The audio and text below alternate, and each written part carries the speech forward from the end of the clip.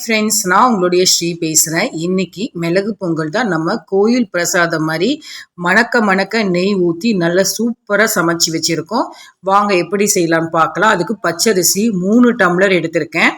இந்த மாதிரி தலை தட்டி போட்டுக்கோங்க. சிறுபருப்பு நான் 1.5 டம்ளர் போட்டிருக்கேன்.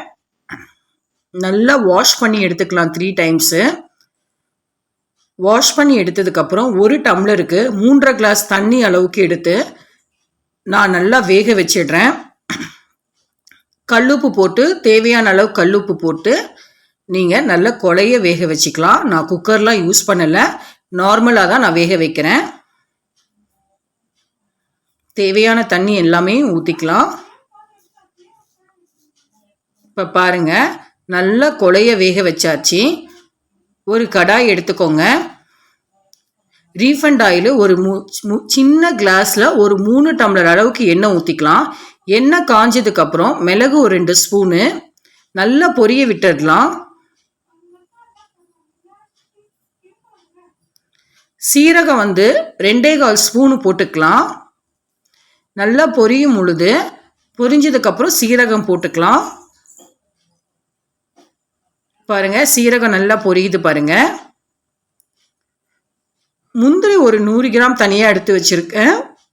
முந்திரியும் நம்ம இந்த ஸ்டேஜில் ஆட் பண்ணிடலாம்.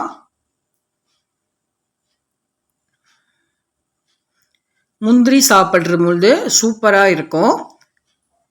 நல்லா இந்த மாதிரி மிளகு பொங்கலில் போட்டு இருக்கும் பொழுது நல்ல சுவையாக இருக்கும். இஞ்சி ஒரு சின்ன துண்டு சின்னதாக நான் பொடிசாக நறுக்கி வச்சுருக்கேன், அதையும் போட்டுக்கலாம். பச்சை மிளகாய் 5 சின்னதாக கட் பண்ணி வச்சுருக்கேன், அதையும் போட்டுடலாம். கருவேப்பிலை 3 கீத்து நான் போட்டுடுறேன். இப்போ எல்லாத்தையும் நல்லா செவர விட்டுக்கலாம்.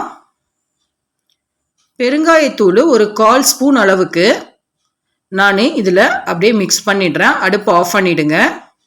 இப்போ அந்த மிளகு பொங்கலில் நம்ம வேக வச்சதில் நம்ம இதை எடுத்து மிக்ஸ் பண்ணிடலாம். இப்போ எனக்கு அது நிறைய இருக்கிறதுனால நான் வேறொரு பாத்திரத்துக்கு நான் மாற்றிடுறேன். இப்போ நல்லா எல்லாத்தையுமே நல்லா மிக்ஸ் பண்ணிவிடுங்க. சூப்பரான ஒரு மிளகு பொங்கல் அருமையாக ரெடி ஆகிடுச்சு. உங்களுக்கு என்ன கம்மியாக வேணும்னாலும் நீங்கள் குறைவாக எடுத்துக்கலாம். எனக்கு இது கரெக்டாக இருக்கிறதுனால நான் இந்த அளவுக்கு எடுத்திருக்கேன். நல்ல கொலைய இருக்குது. சாப்பிட்டோன்னே வாயில் அப்படியே கரைஞ்சி போகிற அளவுக்கு, அந்த அளவுக்கு சூப்பரான மணக்க மிளகு பொங்கல் ரெடி ஆகிடுச்சு. சைட்லேயே இதுக்கு சைடிஷாக உளுந்து வடையும் ரெடி ஆகிட்டுருக்கு. சிறுபருப்பு சாம்பாரும் இதுக்கு சைடிஷ். இது நான் 1 கிளாஸ் அளவுக்கு கொஞ்சம் கம்மியாக நெய் இறக்கும் பொழுது இந்த மாதிரி நம்ம மிக்ஸ் பண்ணிடலாம். இது நல்ல வாசனையாக இருக்கும், நல்ல ஒரு சாஃப்ட்னஸும் கொடுக்கும். அதுக்காக நான் இந்த நெய் இந்த ஸ்டேஜில் நான் ஊற்றி நல்லா மிக்ஸ் பண்ணிடுறேன். மூடி போட்டு ஒரு 2 மினிட்ஸ் கழித்து ஓப்பன் பண்ணிங்கன்னா அந்த நெய்யோட வாசனை, வறுத்த அந்த முந்திரி பருப்பு வாசனைலாம் செம்ம எம்வியாக இருந்து நல்ல மணக்க இருக்கும். சாப்பிடும் பொழுது அவ்வளோ சுவையாக இருக்கும். பாருங்கள் எந்த அளவுக்கு குறைவாக இருக்குன்ட்டு. கரெக்டான பதத்துக்கு நம்ம மிளகு பொங்கல் ரெடி ஆகிடுச்சு. இந்த டிஷ் ரொம்ப நல்லா இருந்தது. சிறுபருப்பு சாம்பாரோட வடையை சேர்த்து சாப்பிடும் பொழுது மார்னிங் பிரேக்ஃபாஸ்ட் சூப்பராக இருந்தது எங்கள் வீட்டில்.